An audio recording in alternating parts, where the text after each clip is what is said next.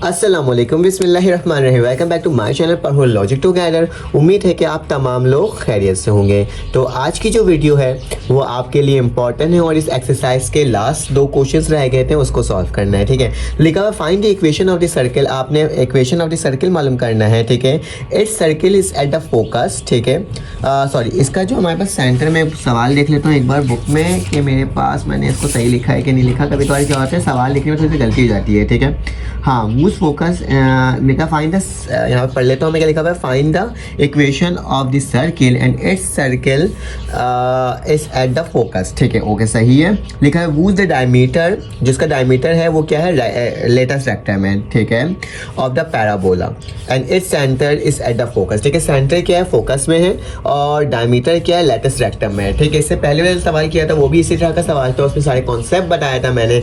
इससे पहले 9 point chapter number से 1 2 3 4 5 6 7 8 के तमाम लेक्चर्स अपलोड हैं, और 9.1 के क्वेश्चन नंबर 1 से लेकर 9 तक के तमाम सवाल मेरे चैनल के अंदर अपलोड है। आप जाकर उसे चेकआउट कर सकते हो। चलो आज इसको सॉल्व करते हैं।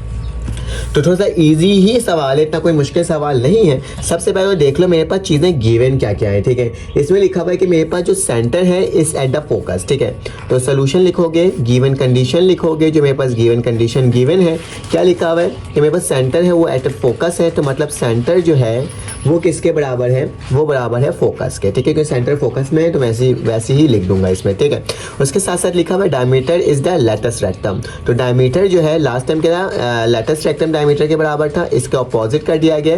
तो डायमीटर जो है वो क्या है, लेटेस्ट रेक्टम के बराबर है। ठीक है, तो मैंने इसको इक्वल कर दिया। ठीक है, यहाँ तक तो हमारे पास कोई मसले की बात नहीं है। हमें पैराबोला की एक छोटी सी इक्वेशन दी हुई है और इससे हमें पता करना होगा ये कौन से केस से बिलोंग करता है। ठीक है, तो पैराबोला की इक्वेशन, हमें इक्वेशन मालूम करनी है सर्किल की, और यहाँ पे पैराबोला की इक्वेशन दी हुई जब भी एक्स स्क्वायर हो और दो टर्म मौजूद हो तो आपको मालूम है ये कौन सा केस होता है, ये केस नंबर हमारे पास 2 होता है। ठीक है, तो ये केस नंबर मेरे पास क्या हो जाएगा, 2 के अकॉर्डिंग हमें इसको सॉल्व करना पड़ेगा।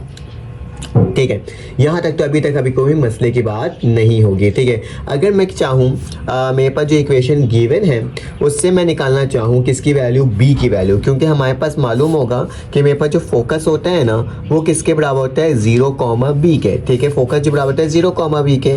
अगर मैं 0, बी मतलब बी की वैल्यू फाइंड आउट करूँ तो कैसे फाइंड आउट कर सकता हूँ। ठीक है, तो उसको फाइंड आउट किया जा सकता है कंपेयरिंग करके। किस तरीके से कंपेयरिंग किया जाता है मैं आपको बता देता हूँ। केस नंबर 2 कहता है मेरे पास एक्स का स्क्वायर जो बराबर होता है वो किसका होता है, 4by के। केस नंबर 2 बोलता है पैराबोला की जो इक्वेशन होती है वो क्या होता है, एक्स स्क्वायर बराबर होता है 4by के।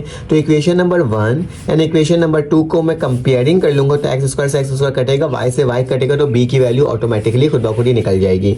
तो लिख देता हूँ कंपेयरिंग, क्योंकि मैं क्या करने जा रहा हूँ, कंपेयरिंग करने जा रहा हूँ। ठीक है, कंपेयरिंग इक्वेशन नंबर 1 एंड 2। हम इक्वेशन नंबर 1 एंड 2 को क्या कर रहे हैं, कंपेयर कर रहे हैं। ठीक है, तो इसको कैंसिल आउट, इसको कैंसिल आउट, तो मेरे पास क्या बचेगा, 4by किसके बराबर हो जाएगा, 12y के। तो y से y क्या हो गया, कैंसिल आउट हो गया।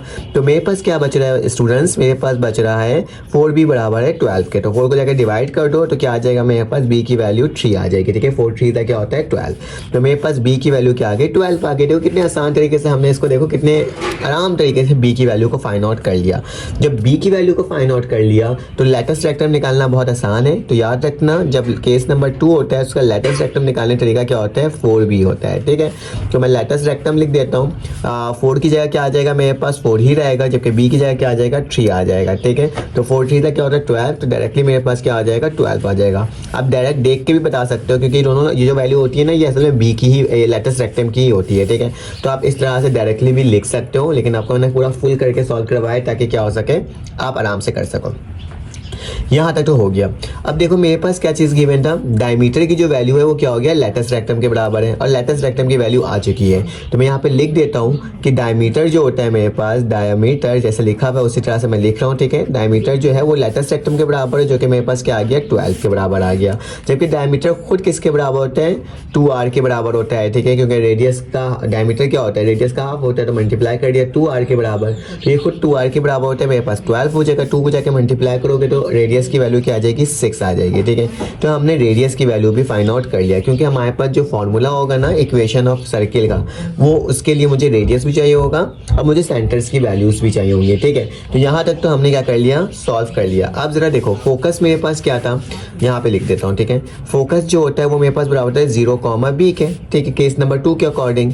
तो फोकस की वैल्यू जो मेरे पास अभी आई है वो क्या हो जाएगी बेटा 0,3 हो जाएगी। जाहिर सी बात है b की जगह क्या आ जाएगा 3, क्योंकि b की वैल्यू मेरे पास 3 आ चुकी है, तो फोकस की वैल्यू भी आ गई, ठीक है। अब आपको सेंटर निकालना है, ठीक है। सेंटर निकालने के लिए हमने क्या करना होगा, क्योंकि हमारे पास जो सवाल है सेंटर को मैं यहाँ पे सपोज कर रहा हूँ, ठीक है। जो सेंटर जो है मेरे पास वो किसके बराबर है, a, b के बराबर है, ठीक है।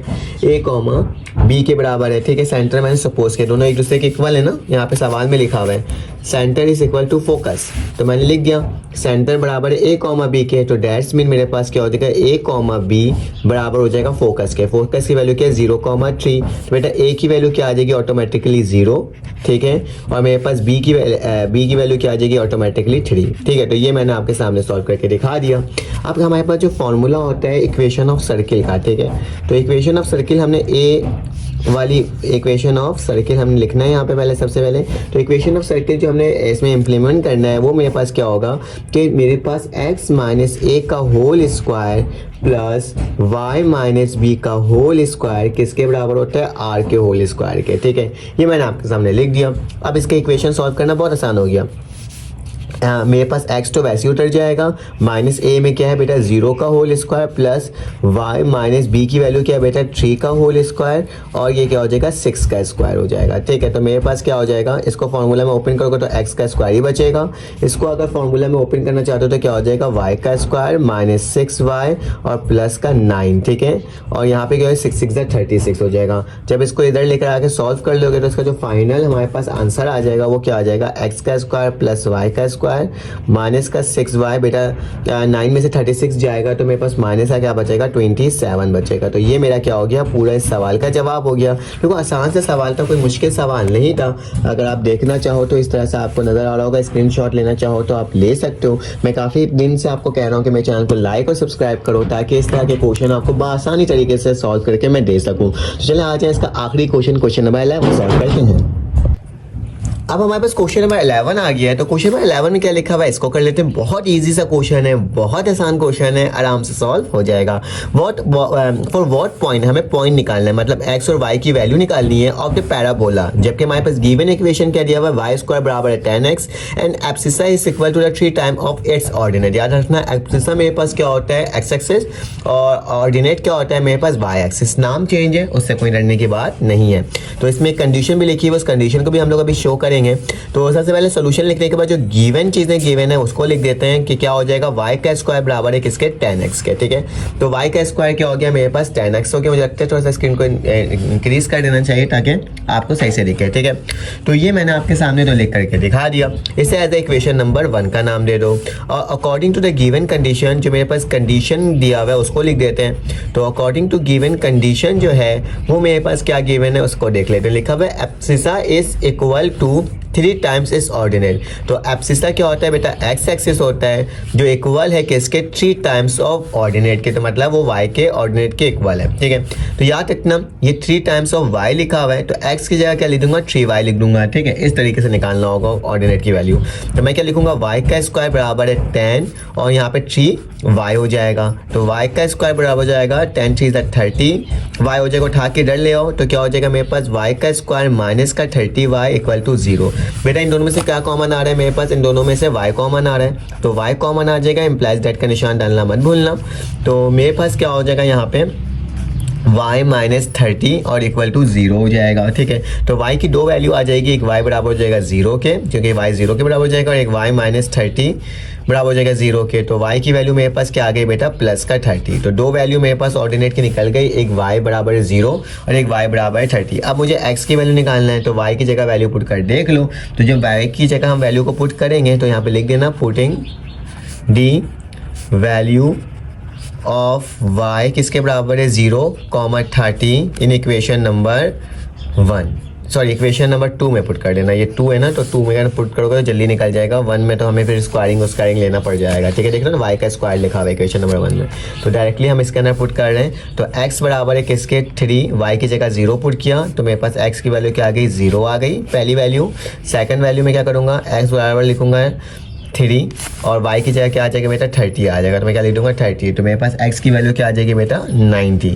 तो ये मेरे पास दोनों वैल्यू निकल गई। जब 0 पुट किया x की जगह तो मेरे पास क्या आया 0 ही आया। और जब मेरे पास जब मैंने क्या पुट किया बेटा 90 पुट किया तो मेरे पास क्या आया 30 आया। तो this is your points of this question. ठीक है, तो ये हमने क्या कर लिया, पूरे सवाल को सॉल्व कर लिया। तमाम सवालात मैंने सॉल्व करवाए हैं। अगर आपको मेरी वीडियो अच्छी लगी तो आप लाइक सब्सक्राइब जरूर करना, बेल के आइकन को क्लिक करना ताकि आपको इस तरह की इन्फॉर्मेशन वक्त पर और फौरन से मिल सके। चलें अब इसका एक्सरसाइज 9.2 को स्टार्ट करेंगे एक न्यू वीडियो में। अल्लाह हाफिज़।